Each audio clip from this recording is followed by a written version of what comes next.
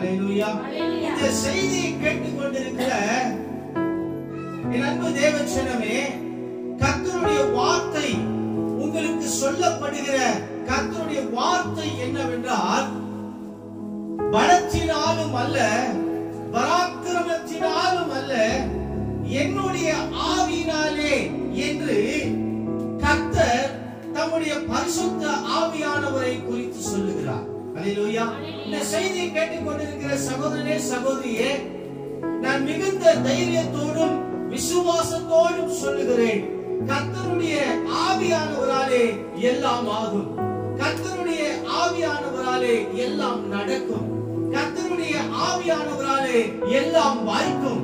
கர்த்தருடைய ஆவியானவராலே காரியங்கள் கைகூடும். அல்லேலூயா, அல்லேலூயா. நீங்கள் பெற்ற வாக்குத்தத்த வசனங்களும் கர்த்தருடைய ஆவியானவராலே நிறைவேறும். கரங்களை உயர்த்தி ஆமென் சொல்லலாம். Praise the Lord. இந்த இடத்துல அவர் சொல்றாரு பாருங்க, கர்த்தர் சொல்றாரு, என்னுடைய ஆவியினாலே ஆகும். அல்லேலூயா. பிரியமான தேவஜனமே, கர்த்தருடைய பார்வையினாலே எல்லாம் ஆகும். கர்த்தருடைய வார்த்தையினால எல்லாம் ஆகும். எத்தனை பேர் விசுவாசிக்கிறீங்க? Praise the Lord. லூக்கா எழுதின சுவிசேஷ புத்தகத்துல 7ஆம் அதிகாரம் 7வது வசனத்தை நீங்க வாசி பார்த்தீங்கன்னா, நூற்றுக்கு அதிபதி குறித்து அங்க பார்க்கிறோம். அந்த நூற்றுக்கு அதிபதி சொல்லுகிறார் இயேசுவிடத்துல, ஆண்டவரே, நீர் என் வீட்டுக்கு வருவதற்கு நான் பாத்திரன் அல்ல, நான் தகுதியும் அல்ல, ஆகிலும் நீர் இங்கிருந்து என்ன பண்ணுங்க, ஒரு வார்த்தை மாத்திரம் சொல்லும் என்று அவன் சொல்லுகிறதை பார்க்கிறோம். அல்லேலூயா. ஆண்டவருக்கு இப்படிப்பட்ட விசுவாசம் உள்ள பிள்ளைகள் தான் தேவை. இப்படிப்பட்ட விசுவாசம் உள்ள பிள்ளைகள் மேல ஆண்டவர் ரொம்ப பிரியமா இருப்பார். அல்லேலூயா. இந்த வார்த்தை கேட்ட உடனே ஆண்டவருக்கு ஆச்சரியப்பட்டார். ஆண்டவர் ஸ்டன் ஆயிட்டாரு. ஆண்டவருக்கு ரொம்ப பிடிச்சிருந்தது. என்ன சொல்றாரு தெரியுமா? அப்போ அந்த நூற்றுக்கு அதிபதியுடைய விசுவாசம் என்ன தெரியுமா? கர்த்தருடைய வார்த்தையினாலே எல்லாம் ஆகும் என்று அவன் விசுவாசித்தான். அல்லேலூயா. கர்த்தருடைய இயேசுவினுடைய வார்த்தையில வல்லமை இருக்கிறது என்று நூற்றுக்கு அதிபதி என்ன செஞ்சான்? கர்த்தர் இயேசுவினுடைய வார்த்தையில சுகம் இருக்கிறது, இயேசுவின் வார்த்தையில அற்புதம் இருக்கிறது என்று நூற்றுக்கு அதிபதி இயேசுவின் வார்த்தை மேலே அவன் விசுவாசம் வைத்தான். அல்லேலூயா, அல்லேலூயா. இன்றைக்கு அப்படிப்பட்ட விசுவாசம் நமக்குள்ளே காணப்பட வேண்டும் என்று கர்த்தர் சொல்லுகிறார். அதனாலதான் நீங்க சங்கீதத்தின் புத்தகத்துல 33ஆம் அதிகாரம் 9வது வசனத்தை வாசிக்கிற பொழுது அங்க வேதம் சொல்லுகிறது, அவர் சொல்ல ஆகும், அவர் கட்டளையிட அது நிற்குமா. அல்லேலூயா, அல்லேலூயா. அப்போ அவர் சொன்னா எது வேண்டாலும் என்ன வேண்டுமானாலும் என்ன செய்யும், ஆகும். அவர் சொல்லும் போது அது நிற்கும். அல்லேலூயா. எதை சொல்லுகிறாரோ, எதை கட்டளையிடுகிறாரோ அது உடனே என்ன செய்யுமா, நிற்கும். ஏன்னா அவ்வளவு வல்லமை கர்த்தருடைய வார்த்தையில் இருக்கிறது. அவருடைய அவ்வளவு வல்லமை கர்த்தருடைய ஆவியானவரிடத்தில் இருக்கிறது. அல்லேலூயா. யோபின் புத்தகம் 26ஆம் அதிகாரம் 7வது வசனத்தை நீங்க வாசிச்சு பார்த்தீங்கன்னா, அங்க வேதத்துல வாசிக்கிறோம், பூமி அந்தரத்திலே தேவன் என்ன செய்து வைத்திருக்கிறாரா, தொங்க வைத்திருக்கிறார் என்று வாசிக்கிறோம். வாசிங்க. அல்லேலூயா. நம்ம பூமி எப்படி இருக்குது? யாரா பிடிச்சிருக்காங்களா? ஏதாவது வச்சு ஆண்டவர் மாட்டி வச்சிருக்காரா? வேற பூமி எப்படி இருக்குது? ஆம், அந்தரத்துல தொங்கிட்டு இருக்குது பூமி. அல்லேலூயா. இத்தனை இந்த பூமி மாத்திரம் அல்ல, விண்வெளியில இருக்கிற எல்லா சூரியன்களும் நட்சத்திரங்களும் எல்லா பூமி கோள்களும் எல்லாவற்றையும் ஆண்டவர் எப்படி வச்சிருக்கிறாரு? அந்தரத்துல தொங்க வைத்திருக்கிறார். இத்தனை கோடி ஆண்டுகளாய் அது அந்தரத்துல இருக்கிறதற்கு காரணம் என்ன? கர்த்தருடைய ஆவியானவருடைய வார்த்தையினாலே, தேவ வார்த்தையினாலே எல்லாவற்றையும் ஆண்டவர் என்ன செய்து வைத்திருக்கிறாரு? அந்தரத்துல தொங்க வைத்திருக்கிறார். அல்லேலூயா. அப்பேற்பட்ட வல்லமுள்ள அதிகாரமுள்ள தேவன் உன்னுடைய தேவனாய் இருக்கிறார். அப்படிப்பட்டவர் உனக்கு தகப்பனா இருக்கிறார். அப்படிப்பட்டவர் உனக்கு நண்பர் நண்பனா இருக்கிறார். அப்படிப்பட்ட தேவன் உனக்கு எப்படி இருக்கிறாரு? சிநேகிதனா இருக்கிறாரு. அப்படிப்பட்ட வல்லமுள்ள தேவன் உனக்கு எல்லாமா இருக்கிறார். ஹல்லேலூயா. அவ்வளவு வல்லமுள்ள தேவன் நம்மிடத்துல இருக்கிற பொழுது நம்முடைய பிரச்சனைகள் ஏமாத்திரும், நம்முடைய போராட்டங்கள் ஏமாத்திரும். ஹல்லேலூயா. ஏன்னா அவருடைய வாயின் வார்த்தையாலே எல்லாவற்றையும் சிருஷ்டித்த தேவன் அவருடைய ஒரு வார்த்தை சொன்னால் எல்லாம் ஆகும் என்று வேதத்தில் வாசிக்கிறது போல நம்முடைய வாழ்க்கையில காணப்படுகிற எல்லா பிரச்சனைகளுக்கும் போராட்டங்களுக்கும் கர்த்தருடைய ஒரு வார்த்தை போதுமானதாக இருக்கிறது. ஹல்லேலூயா. ஹல்லேலூயா. இயேசுவின் வாயிலிருந்து புறப்படுகிற ஒரு வார்த்தை போதும் நம்முடைய வாழ்க்கையை ஆண்டவர் ஆசீர்வாதமாய் மாற்றுவது, நம்முடைய பிரச்சனைகள் எல்லாம் தீர்த்து விடுவதற்கு, நம்முடைய வியாதிகள் பலவீனங்கள் எல்லாம் மாற்றி விடுவதற்கு இயேசு கிறிஸ்துவின் ஒரு வார்த்தை போதும். ஹல்லேலூயா. அவ்வளவு சர்வ வல்லமுள்ள தேவன் நம்முடைய தேவனா இருக்கிறார். சர்வ வல்லமை உடையவர் நமக்கு தகப்பனா இருக்கிறார். சர்வ வல்லமுள்ள தேவன் நமக்கு நண்பனா இருக்கிறார். சர்வ வல்லமுள்ள தேவன் நமக்கு எல்லாமா இருக்கிறார்.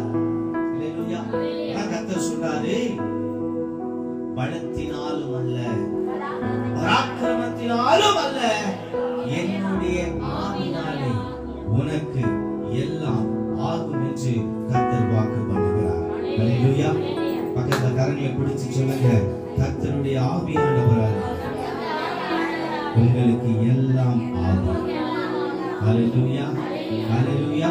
நான் திரும்ப சொல்ல விரும்புகிறேன், கர்த்தருடைய ஆவியானவராலே உங்களுக்கு எல்லாம் ஆகும் என்று நீங்க விசுவாசித்தா எல்லாம் ஆகும்.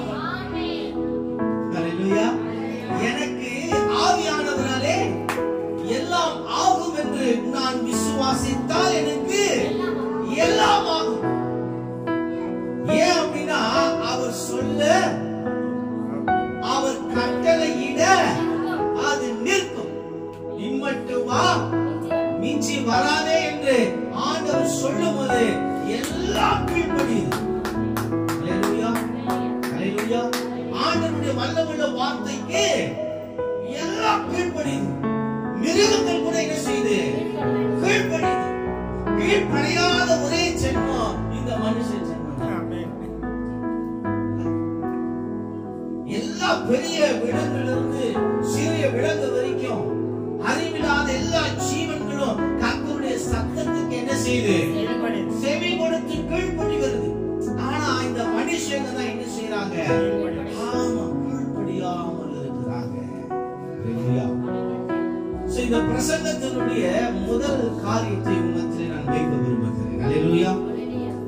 முதலாவதாக நல்ல கவனிங்க, முதல் பாயிண்ட், உன்னுடைய பலத்தை கொண்டும் உன்னுடைய பராக்கிரமத்தை கொண்டும் உன்னுடைய பணத்தை கொண்டும் உன்னுடைய பிரச்சனைகளை, உன்னுடைய போராட்டங்களை சரி பண்ணிடலாம், மாத்திரலாம், முடிச்சிடலாம் என்று என்ன செய்யாத, நினைக்காத. அது நடக்காது. கவனிக்கிறீங்களா? உன்னுடைய பலத்தை கொண்டு, உன்னுடைய பராக்கிரமத்தை கொண்டு, உன்னுடைய பணத்தை கொண்டு உன்னுடைய பிரச்சனைகளை சரி செய்து விடலாம் என்று என்ன செய்யாதீங்க, நினைக்கவே கூடாது. ஹல்லேலூயா. நல்லா கவனிங்க. எவ்வளவு பணம் இருந்தாலும், எவ்வளவு அறிவு இருந்தாலும், எவ்வளவு உடல் இருந்தாலும் நம்மளால 200 வருஷம் வாழ முடியுமா? 100 வருஷம் வாழ முடியுமா? வேதம் சொல்றது பலத்தின் மிகுதினால என்பதாம்.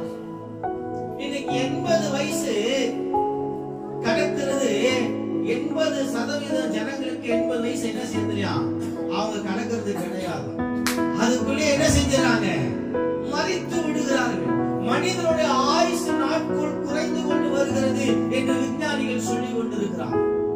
ஏன்னா நம்ம வாழ்ற காலம் அப்படியா இருக்குது, நம்ம சாப்பிடுற உணவு அப்படியாக இருக்கிறது. நம்முடைய ஆயுசுகளை அவைகள் என்ன செய்து குறைத்து கொண்டே வருகிறது.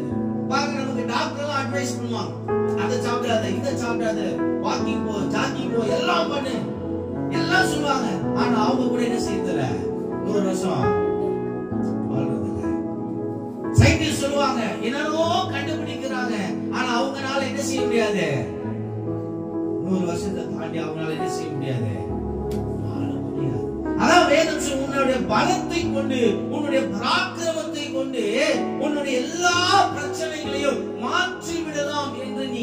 செய்யாதே. எத்தனை பேருக்கு புருஸ்லி தெரியும்? புருஸ்லி எத்தனை பேருக்கு தெரியும்? அவர் யாரு? மார்க்கெட்ல பல காய்கறி வித்துந்தவர். அப்ப சொல்லுங்க, தெரிந்தவங்க சொல்லுங்க. மிகப்பெரிய மார்ஷல் ஆர்டிஸ்ட் அவர். மிகப்பெரிய சண்டை போடக்கூடிய பலசாலி. அவர்கிட்ட நின்று யாராலும் என்ன செய்ய முடியாதா? ஜெயிக்க முடியாது. மிகப்பெரிய திறமசாலி, பலசாலி. அப்பேற்பட்ட புருஸ்லி எல்லாம் பயப்படுவாங்க. அவர் கலந்து கொள்ளுகிற எல்லா போட்டியிலும் இவர்தான் ஜெயிப்பார். அவ்வளவு சண்டை தெரிந்தவர் கூட 33 வருஷம் தாண்டி அவரால் என்ன செய்ய முடியல? வாழ முடியல. புரியுதுங்களா? அவருடைய பலத்தை வைத்துக் கொண்டு, அவருடைய பராக்கிரமத்தை வைத்துக் கொண்டு அவரால் என்ன செய்ய முடியல? 33 வயது தாண்டி கூட அவரால் என்ன செய்ய முடியல? அவரை கொன்று விட்டார். ரோனி கோலிமேன் அப்படின்ற ஒருத்தர் இருக்கிறார். அவர் எத்தனை பேருக்கு தெரியும்? அவரு பாடி பில்டர். அவர் யாரு? Body builder. மிக பெரிய பாடி பில்டர் ரோனி கோலிமேன். ஆமா, ஒலிம்பிக்ஸ் அவார்டு, பெரிய பெரிய எல்லாம் பெரிய பெரிய அவார்டு எல்லாம் வாங்கின மனுஷன். மிகப்பெரிய பாடி பில்டர். ஹிஸ்டரியில அவர் மிகப்பெரிய ஒரு பாடி பில்டர். இன்னைக்கு அவர் உயிரோட இருக்கிறார். ஆனா அவருடைய நிலைமை என்ன தெரியுமா? வீல் சேர்ல போறாரு. ஸ்டிக் வச்சுட்டா அவரால் என்ன செய்ய முடியும்? நடக்க முடியும். அப்போ அந்த மனுஷன் தன்னுடைய பலத்தையும் தன்னுடைய பராக்கிரமத்தையும் நிரூபித்து காட்டும்படிக்கு அவர் எவ்வளவு சாதனை பண்ணாரு. ஆனா இன்றைக்கு அவருடைய சரீரத்துல என்ன இல்ல? நடக்கக்கூடிய பலனே அவருக்கு இல்ல. சோ என்னுடைய பலன், அறிவு, திறமை, பணம் இதெல்லாம் வச்சுட்டு நான் எல்லாத்தையும் மாத்திடுவேன், நான் எல்லாத்தையும் சரி பண்ணிடுவேன், நான் எல்லாத்தையும் முடிச்சிடுவேன் அப்படின்னு நீ என்ன செய்யக்கூடாது? நினைத்தால் நீ ஏமாற்றப்படுவ. கவனிக்கிறீங்களா? அப்படி ஒரு எண்ணம் உனக்கு இருந்துச்சுன்னா எவ்வளவுதான் நம்ம முட்டி மோதினாலும் எதுவும் சரி பண்ண முடியாது. எவ்வளவுதான் நம்முடைய சுய முயற்சியாலே என்னதான் பண்ணாலும் ஒன்னும் செய்ய முடியாது. வசனம் சொல்றது 1 தீமோத்தேயு புத்தகம் 4ஆம் அதிகாரம் 8வது வசனத்தை வாசிச்சு பாருங்களேன். 1 தீமோத்தேயு புத்தகம் 4ஆம் அதிகாரம் 8ஆம் வசனத்துல சரீர முயற்சி அற்ப பிரயோஜனம் என்று வேதம் சொல்லுகிறது. வாசிச்சு பாருங்களேன். 1 தீமோத்தேயு புத்தகம் 4ஆம் அதிகாரம் 8வது வசனம். சரீர முயற்சி அற்ப பிரயோஜனம். நல்லா கவனிக்கணும், விசுவாசி நல்லா கவனிக்கணும். உன்னுடைய சரீர முயற்சியை கொண்டு எதுவுமே சாதிக்க முடியாது, எதுவும் செய்ய முடியாது என்று கர்த்தர் சொல்றாரு. சரீர முயற்சி, மாம்ச சிந்தை, சுய புத்தி இவைகளால் உன் வாழ்க்கையில ஆசீர்வாதங்களை என்ன செய்ய முடியாது? கொண்டு வர முடியாது. இவர்களை வைத்துக் கொண்டு வாழ்க்கையில எதுவும் நீ உன்னால என்ன செய்ய முடியாது? மாற்றிக் கொள்ள முடியாது. அல்லேலூயா, அல்லேலூயா. கர்த்தர் இல்லைன்னா, பரிசுத்த ஆவியானவருடைய துணை இல்லைன்னா எதுவும் நமக்கு நடக்காது. எத்தனை பேர் ஆமென் சொல்லுங்க? அல்லேலூயா. ஆவியானவர் வந்தாதான் மாற்றம் வரும். ஆவியானவர் வந்தாதான் விடுதலை வரும். ஆவியானவர் வந்தாதான் சுகம் வரும். ஆவியானவர் வந்தாதான் ஆறுதல் வரும். ஆவியானவர் வந்தாதான் நமக்கு ஆசீர்வாதமே வரும். அல்லேலூயா. அப்படிப்பட்ட ஆவியானவர் உன் வாழ்க்கையில உன் குடும்பத்துல வந்து அசைவாட வேண்டும் என்று நீ விரும்பினால், அப்படிப்பட்ட ஆவியானவர் உனக்குள்ளே வர வேண்டும் என்று நீ விரும்பினால், அப்படிப்பட்ட ஆவியானவராலே உன் வாழ்க்கையில எல்லாம் ஆகும், எல்லாம் கைகூட வேண்டும் என்று நீ விரும்பினால் நான் என்ன செய்ய வேண்டுமா? ஒரு வசனத்தை வாசிங்க. யோனா தீர்க்கதரிசன புத்தகம் 1ஆம் அதிகாரம் 9வது வசனமும், இன்னொருத்தர் எபிரேயர் புத்தகம் 11ஆம் அதிகாரம் 7வது வசனத்தையும் நாம் வாசிக்க கேட்கலாம். யோனா 1:9. நான் எபிரேயன் சொன்னா, நான் எபிரேயன். நல்ல கவனிங்க, நான் ஒரு எபிரேயன், சமுத்திரத்தையும் வானத்தையும் உண்டாக்கின பரலோகத்தின் தேவனாகிய கர்த்தரிடத்தில் நான் பயபக்தி உள்ளவன். அல்லேலூயா. யோனா சொல்றாரு, நான் யார் யார் என்று சொல்றாரு? கர்த்தரிடத்திலே நான் பயபக்தி உள்ளவன் என்று யோனா சொல்லுகிறார். எபிரேயர் 11:7 நீங்கள் வாசித்து பார்க்கிற பொழுது விசுவாசத்தினாலே நோவா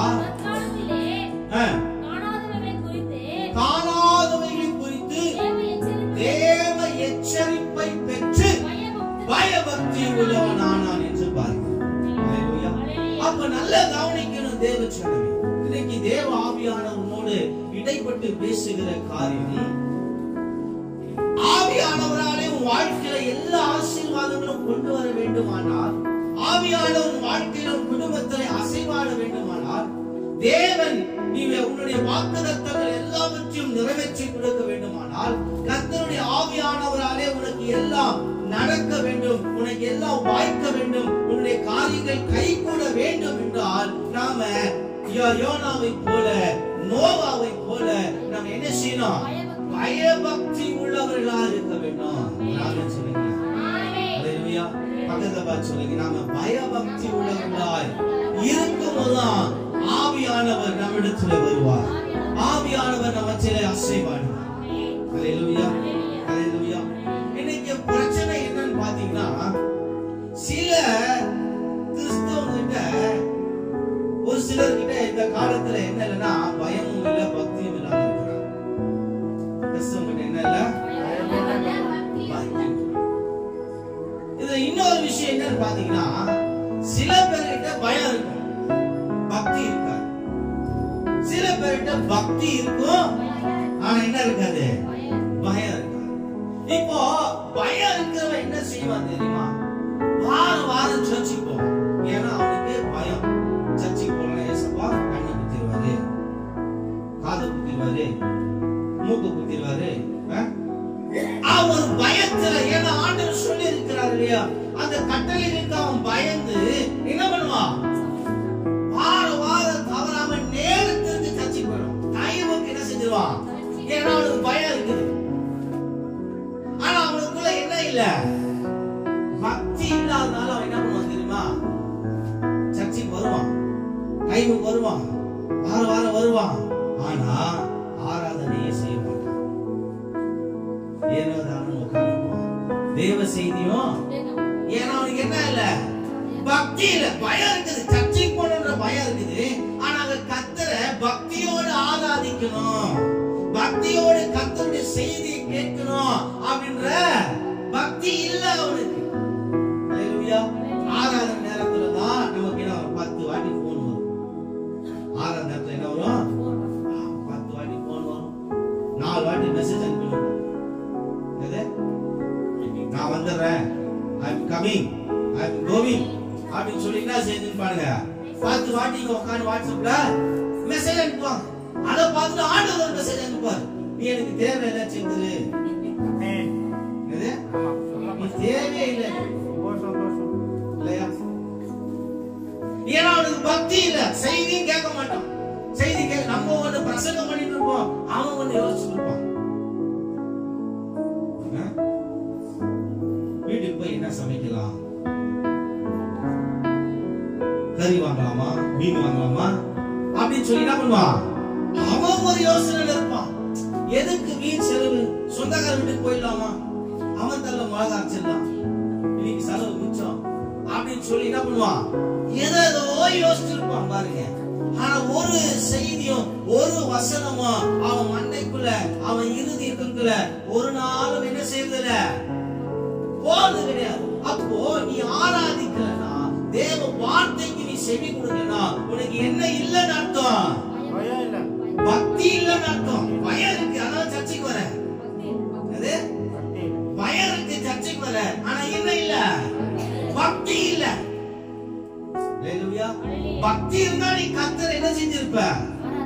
ஆராதி. நம்ம ஒண்ணு பாடினப்போ அவன் பாட்டுக்கு வேற ஒண்ணு பாடினப்போ இல்லையா? பக்தியோடு கர்த்தரை என்ன செய்யணும்? ஆராதனை செய்யணும். ஆராதனைக்கு சென்றா ஆராதனைக்கு என்ன செய்யலாம்? ஆராதனை செய்யணும். நம்ம தான் ஆராதனைக்கு என்ன செய்யல? ஆராதனைக்கு என்ன செய்யல? வரதில்ல இல்லையா? ஆராதனை என்ன செய்யல? அப்ப எங்க நம்ம ஆராதிக்க முடியுது? அல்லேலூயா. நேரத்துக்கு என்ன செஞ்சிடணும்?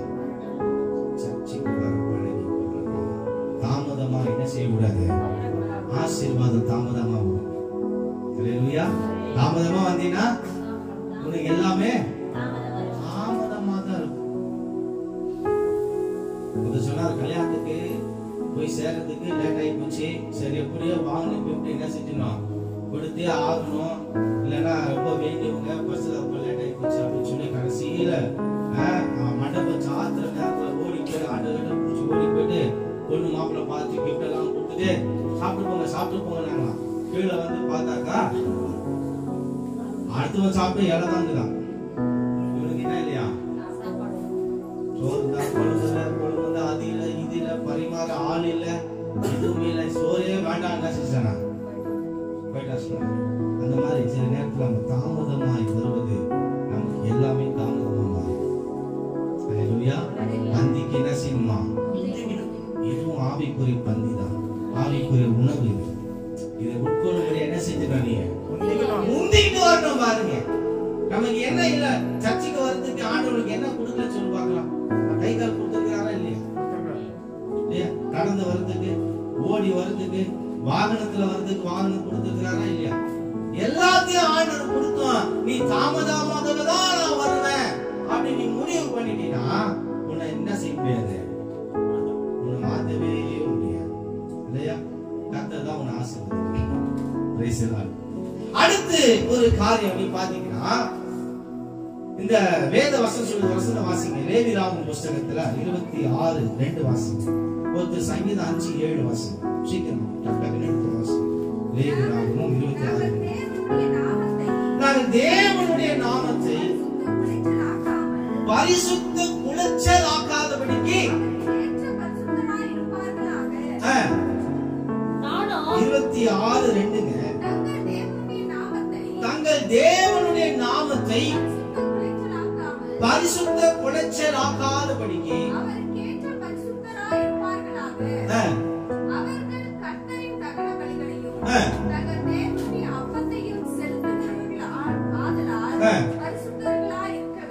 பரிசுத்தர்களாய் இருக்க வேண்டும். சங்கீதம் 5:7 நானும் உமது மிகுந்த கிருபையினாலே உமது ஆலயத்திற்குள் பிரவேசித்து உம்முடைய பரிசுத்த சந்நிதிக்கு நேரே.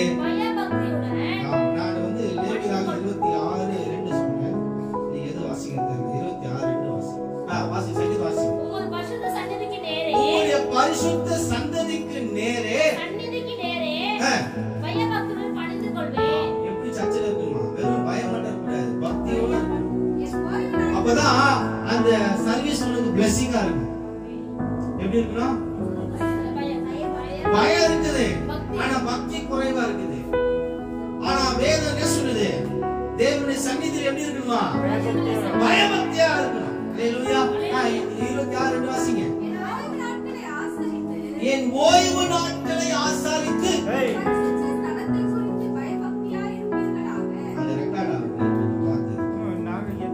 என் ஓய்வு நாட்களை ஆசரித்து என் பரிசுத்த ஸ்தலத்தை குறித்து தேவனுடைய பயபக்திக்குரிய ஸ்தலம் எது, தேவ ஆலயத்தில் எப்படி இருக்கணுமா, பயபக்தியா இருக்கணும். நாம பயபக்தியா இருக்கணும். பயபக்தியா நம்ம பிள்ளைகளை என்ன செய்யணும், நடத்தணும், சொல்லி கொடுக்கணும். வந்தது வசனம் வாசி, கனல் வாசி, எப்படி பார்க்கலாம்.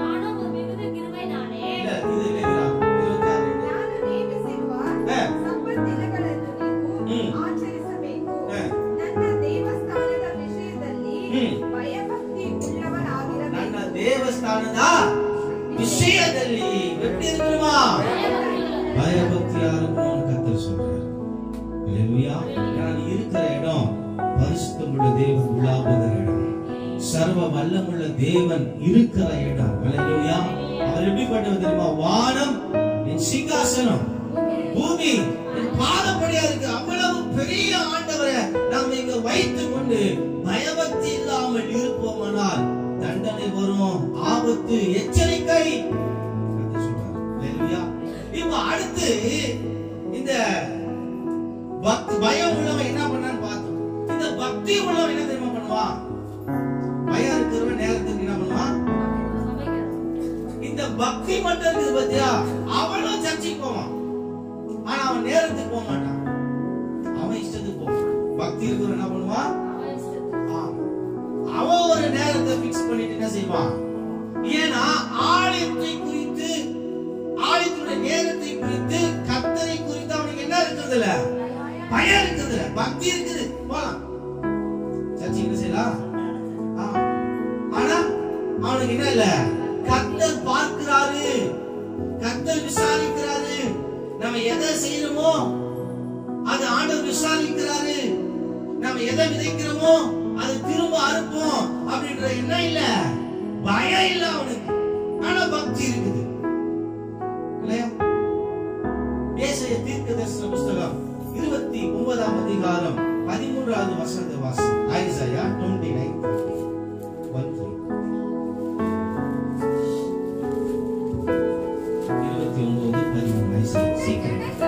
இந்த ஜனங்கள் சொல்ல, இந்த ஜனங்க எப்படிதான் இருக்கிறாங்க? பக்தி ஒரு பக்கம், ஒருத்தர்கிட்ட பக்தி இருந்தா பயம் இருக்குதுல, பயம் இருந்தா ஒருத்தர்கிட்ட பக்தி இருக்குதுல. அப்ப ஆண்டவர் சொல்ற, இந்த ஜனங்கள் தங்களுடைய வாயினாலே என்னிடத்திலே சேர்ந்து வெறும் உதடுகளினாலே என்ன செய்யறாங்க? கனப்படுத்துறாங்க. ஆனா இருதயம்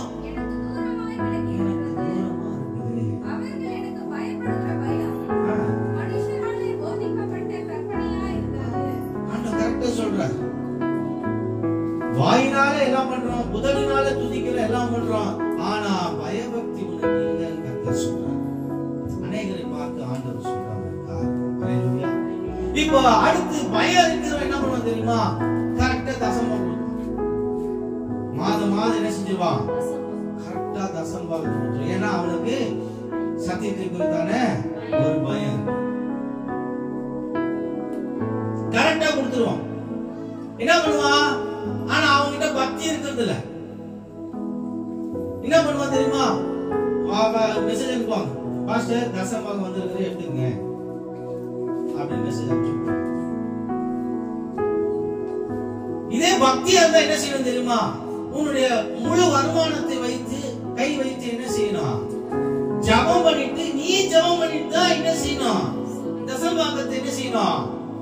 கொடுக்கணும், அனுப்பணும். ஹalleluya. அனுப்பிட்டு போன் பண்ணிட்டு, நான் அனுப்பி இருக்கிறேன், நீங்க இப்போ என்ன செய்யுங்க? எனக்கு ஜெபம் பண்ணி ஆகணும். ஹalleluya. அதான் பக்தி. ஹalleluya. ஜெபம் பண்ணிக்கங்க அப்படின்னு சொல்றதை காட்டிலும் ஜெபம் பண்ணுங்க அப்படின்னு சொல்லி நீங்க என்ன செஞ்சீங்கணும்? இனிமே ஹalleluya. கையில கொடுத்து எப்படி நம்ம ஜெபம் பண்ணிக்குமோ, அனுப்பும் போது நீங்க என்ன செய்யணும்? அனுப்பி இருக்கிறேன், இப்போ ஜெபம் பண்ணுங்க சொல்லி நீங்க ஜெபம் பண்ணுவீங்க. அதான் பக்திக்கான அடையாளம். ஹalleluya. இப்ப வெறும் பக்தி மட்டும் இருக்கிறவன் அவனும் தசமமா கொடுப்பான். ஆனா அவன் எப்ப கொடுப்பான் தெரியுமா? மாசம் மாசம் கொடுக்க மாட்டான். அவனுக்கு எப்ப பக்தி அதிகமாதோ அப்ப கொடுப்பான். ஒருவேளை அவனுக்கு பக்தி கம்மியாச்சுன்னா கம்மியா கொடுப்பான். ஒருவேளை அவனுக்கு பிரச்சனை போராட்டம் ஜாஸ்தி ஆச்சுன்னா கொடுக்கவே மாட்டான், மறந்துடுவான். பிரச்சனையை நினைச்சிட்டு இருப்பான். அதான் பக்தி இருக்கிற பிரச்சனை. புரியுதுங்களா? வெறும் பக்தி மட்டும் இருக்கிறவன் அவனுக்கு எப்பெல்லாம் பிரச்சனை வருதோ, எப்பெல்லாம் அவனுக்கு ஒரு காரியம் ஆகுதோ அப்பதான் என்ன செய்வான்? ஆமா, அந்த நேரத்துல என்ன செஞ்சிருவான்? அவன் பக்தி குறைஞ்சா எல்லாமே அவனுக்கு வந்தது. பக்தி இருக்கிற பிரச்சனை அதுதான். சின்ன ஒரு பிரச்சனை வந்தா, சின்ன அவிசுவாசமான காரியங்கள் நடந்தா அவனோட பக்தி உடனே என்ன செஞ்சிடும்? அவனை விட்டு இன்னைக்கு நம்ம எப்படியா இருக்கணும்? நமக்கு பயமா இருக்கணும், பக்தி இருக்கணும். டோட்டலா பயபக்தியா இருக்கணும். பக்கத்துல பார்த்து சொல்லுங்க, பயபக்தியா இருக்கணும். கர்த்தருடைய ஆலயத்தை குறித்து, தேவ செய்தியை குறித்து, ஆவிக்குரிய காரியங்களை குறித்து எப்படியா இருக்கணும்? பயபக்தியா இருக்கணும். வெறும் பயம் மட்டும் இருந்து பக்தி இல்லைன்னா அது வீண். வெறும் பக்தி மட்டும் இருந்து உனக்கு பயம் இல்லாம போனா அதுவும் வீண். ரெண்டுமே அந்த வருஷத்துல இடத்துல காணப்படணும். அப்படி பயபக்தியா இருப்பாய். ஆனால் யோனா சொல்ற, நான் கர்த்தரிடத்துல பயபக்தி உள்ளவன். யோனா எச்சரிப்பை பெற்று பயபக்தி உள்ளவன் ஆயிட்டான். அப்ப நீங்க என்னைக்கு செய்தியை கேட்டு, என்னைக்கு ஆண்டவருடைய வார்த்தையை கேட்டு நீங்க எச்சரிப்பை பெற்று எப்ப நீங்க பயபக்தி உள்ளவனா மாறுவீங்க? நோவாவினுடைய பயபக்தி நிமித்தமாக தான் தன்னையும் தன் குடும்பத்தையும் அவன் காப்பாற்றினான், ரட்சித்துக் கொண்டான். நீ பயபக்தியாய் இருப்பாய் ஆனால்